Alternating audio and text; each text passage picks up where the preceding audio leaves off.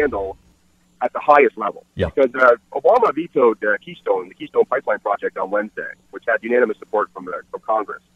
They don't think they're going to have the votes to override his veto, sadly. And this really troubles me, that he was able to get away with this, because many people will not know what Keystone is. The Keystone, we're not talking about the Keystone beer. We're talking about the Keystone Pipeline, right? And the Keystone Pipeline, many people hear that it's a giant pipe that goes from Fort McMurray, Alberta, down to Nebraska. And then people just turn it off there, and that's all they know about it, right? But what it is it's a 36-inch diameter delivery system for crude oil that starts in Alberta, and the end point is in Nebraska.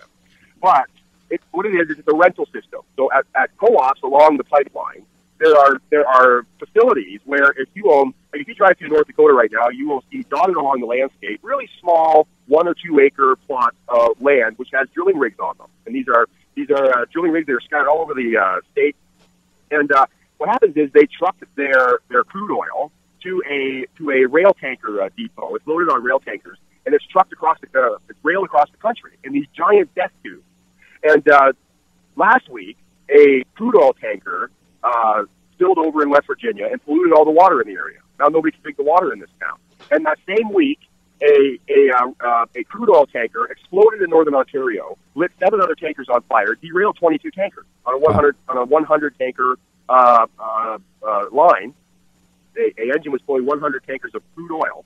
One of them exploded, lit 7 others on fire, and derailed 22 of these things. Okay, and this is a very nasty way of delivering crude oil. Now, crude oil is not engine oil. Crude oil is the base oil for what they get some of the nastiest chemicals on Earth from. Right. This stuff is really bad stuff. And a much safer delivery. Now, these things are rolling through your town in the dead of night while you're sleeping. And last year, in a town called Lac-Mégantic, Quebec, one of these things broke loose from the engine, rolled down into town, and without a word of a lie, blew up half of the town. Half of that town is now gone. Wow. Because one of these tankers blew up on the Vermont border. Okay. Now, the reason this is scandalous is because of on one hand you've got this rail system which is hauling this nasty chemical across through small town USA. You got 40 seconds, Mike.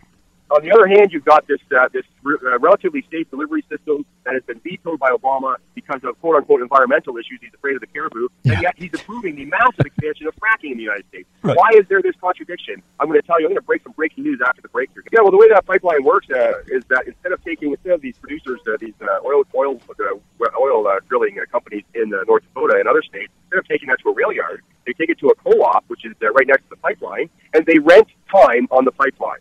So ABC Co-op in North Dakota will rent an hour for the day, and they will send their product through the pipeline to Nebraska, where it gets distributed from there and further on. But this is a reliable and safe, relatively safe distribution system. It never has to see a rail tanker, which is going to go screaming through your town in the dead of night and possibly put you and your family or your property at risk. And Barack Obama vetoed this plan, but it's very interesting as we learn the connections between him and Warren Buffett. Now, Warren Buffett supported him in 2008 as president. In 2009, Warren Buffett bought Burlington Northern Santa Fe Railroad, okay? And he spent $34 billion on that railroad. And in this short amount of time, Carl, he has made all of that money back. Wow. How did he do it? Just in dividends alone. He took it off of the publicly traded system, and he privatized the company. He owns it outright. And he has made all of that money back. How? Through transportation of crude oil via his rail system. And now, after all this time, Barack Obama has pushed for the expansion of fracking, because fracking directly the money for transporting the crude oil that is brought up in the ground by fracking goes on to Buffett's rail system. So the cronyism that work here is scandalous. Well, the thing is, you are a racist conspiracy theorist. Are you suggesting that Barack Obama is doing political favors? There's nothing else you can conclude here, because he is in favor of fracking.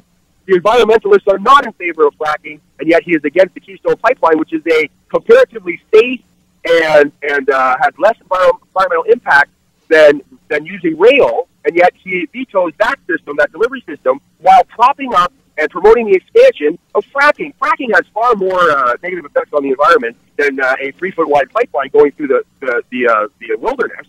And why is there this juxtaposition? Well, the reason that exists is because Barack Obama was propped up by Warren Buffett for president. Warren Buffett is now getting his due for supporting Obama. And I'm telling you, this is is a scandal that has to be looked at more deeply because there is no other conclusion to make here. He's vetoing a safe delivery system for an oil that is taken out of the ground that Warren Buffett directly profits from. I mean, if you connect the dots here, you see a clear scandal in the works. This is happening right in front of everybody's eyes, and yet, why is a Canadian from a small town in Ontario the only one talking about this? I don't know. Yeah, Mike, it's crazy. I'm just sitting here thinking, I don't have television in my home, but sometimes when I travel, I'm in a motel room, I have it on, and I promise you that within the last probably year and a half, I have seen multiple commercials. This just hit me about railway travel or moving goods by rail in the United States and how it's the most efficient way.